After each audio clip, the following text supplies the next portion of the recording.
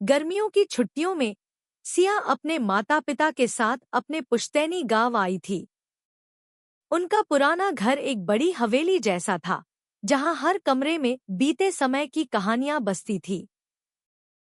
दीवारों पर लटकती पुरानी तस्वीरें, लकड़ी की खिड़कियों से झांकती धूप और आंगन में खड़े बड़े नीम के पेड़ से सिया को हमेशा एक अनोखा सुकून मिलता था। इस बार सिया ने ठान लिया कि वह अपनी दादी के पुराने सामानों को देखेगी। वह बचपन से सुनती आई थी कि उनकी दादी लक्ष्मी देवी एक साहसी और रहस्यमय व्यक्तित्व थी। उनके बारे में कई कहानियां गांव के लोग बताते थे, लेकिन सिया को सबसे ज्यादा उत्सुकता उनकी पुरानी संदूक के बारे में थी। दोपहर का वक्त था, जब घर के बाकी लोग आराम कर रहे थे। सिया ने दादी के कमरे में रखे पुराने संदूक को खोलने का फैसला किया। वह लकड़ी का संदूक धूल से ढका हुआ था और उस पर जटिल नक्काशी बनी हुई थी। जैसे ही उसने संदूक का ढक्कन खोला, अंदर पुराने कपड़े, गहने और कुछ कागज रखे मिले। इन कागजों में से एक कागज ने सिया का ध्यान खींचा। यह एक पुराना पत्र था, जिस पर समय की मार के कारण कुछ शब्द मिट चुके थे।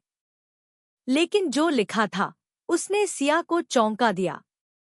इस संदूक में छुपा हुआ खजाना हमारे परिवार की सबसे बड़ी धरोहर है, लेकिन इसे पाने के लिए सही रास्ता खोजो। पहला सुराग तुम्हारे दादाजी के कमरे में है। सिया का दिल तेजी से धड़कने लगा। यह खजाना क्या हो सकता है? क्या यह सच में मौजूद है या यह सिर्फ एक कहानी है? लेकिन सिया को रोमांच और पहेलियों का शौक था और उसने तुरंत इस रहस्य को सुलझाने की ठान ली।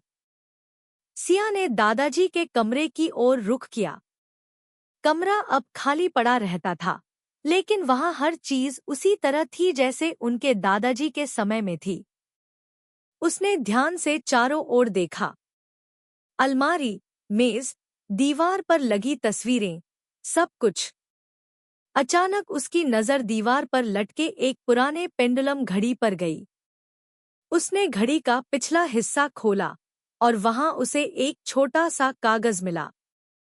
उस पर लिखा था, जिस पेड़ के नीचे तुम बचपन में खेलती थी, उसकी जड़ों में छुपा है दूसरा सुराग। सिया को तुरंत याद आया कि वह नीम का पेड़, जो उनके आंगन में था, दादी का पसंदीदा पेड़ था।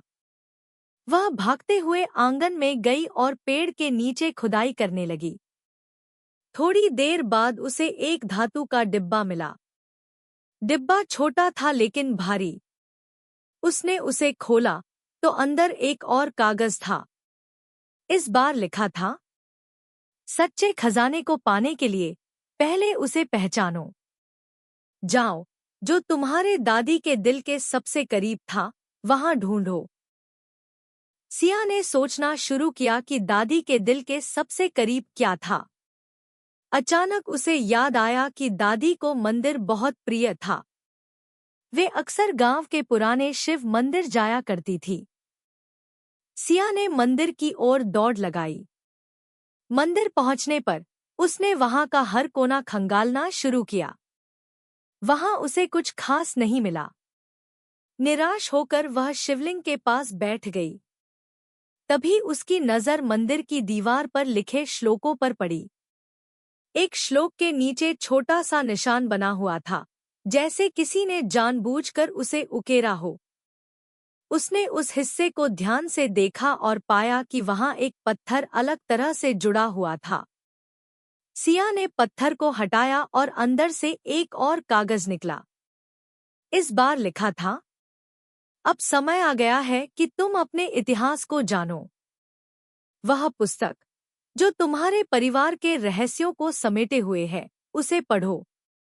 सिया को पता था कि दादी के संदूक में एक पुरानी किताब थी। वह तुरंत घर लौटी और संदूक में उस किताब को ढूंढने लगी। किताब मोटी और धूल से भरी थी, लेकिन उसमें दर्ज पन्ने परिवार के इतिहास को बयां कर रहे थे। जैसे जैसे सिया पढ़ती गई, उसे पता चला कि उसका परिवार कभी एक प्रमुख जमींदार परिवार था। उसके पूर्वजों ने बहुत सारी संपत्ति और खजाने को गांव की भलाई के लिए इस्तेमाल किया था। लेकिन एक दुर्भाग्यपूर्ण घटना के बाद उस खजाने को छुपा दिया गया और केवल परिवार के भरोसेमंद सदस्यों को ही उसके बारे में बताया गया।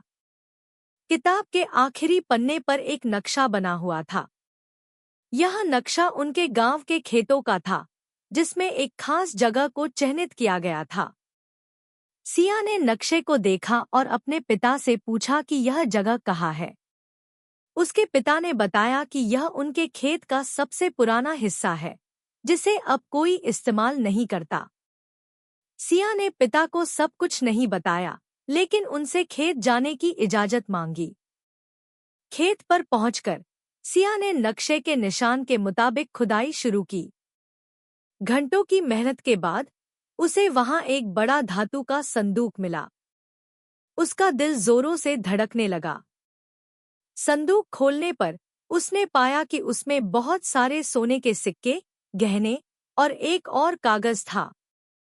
कागज पर लिखा था, यह खजाना केवल हमारी धरोहर नहीं, बल्कि गांव की भलाई के लिए है। इसे उन लोगों तक पहुंचाओ जिन्हें इसकी सबसे ज्यादा जरूरत है। सिया ने खजाने को लेकर परिवार और गांव के बुजुर्गों से बात की। उसने निर्णय लिया कि इस धन का उपयोग गांव के विकास के लिए किया जाएगा। इस धन से एक स्कूल, अस्पताल और पानी की सुविधा के लिए काम किया गया। गांव के लोग सिया की प्रशंसा करने लगे और उसने साबित कर दिया कि सच्चा खजाना वह है जिसे सबकी भलाई के लिए इस्तेमाल किया जाए। खोया हुआ संदेश केवल खजाने की कहानी नहीं, बल्कि यह जीवन के असली खजाने, परिवार, इतिहास और सेवा की भी कहानी है। सिया ने यह सिखाया कि सच्ची विरासत वह होती है जो दूसरों के जीवन में खुशियां लाए।